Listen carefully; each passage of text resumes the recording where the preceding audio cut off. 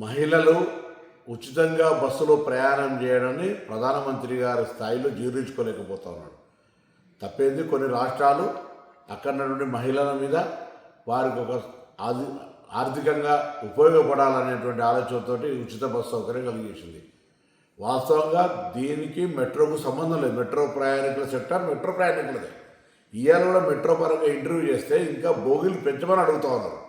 అది వదిలిపెట్టి ప్రధానమంత్రి గారు రాజకీయపరమైనటువంటి లబ్ధికి సంబంధించిన విషయంలో ఆలోచన చేస్తూ ఉన్నారా? ఇంత బస్సు ప్రయాణానికి సంబంధించినటువంటి దాని మీద ప్రధానమంత్రి గారు ఎందుకు ఆ విధంగా వ్యవహారం చేస్తుందో తెలియదు. కానీ తెలంగాణ రాష్ట్ర ప్రభుత్వం కాంగ్రెస్ పార్టీ తప్పకుండా మహిళలకు ఎవరన్నీ తెలంగాణలో ఉన్నటువంటి హైదరాబాద్లో మెట్రో వాళ్ళు ఏం చేసినా ఇంకోరు ఏం చేసినా ఉచిత బస్ ప్రయాణం అనేటువంటి ఏ ఇబ్బంది భవిష్యత్తులో ఉండదు.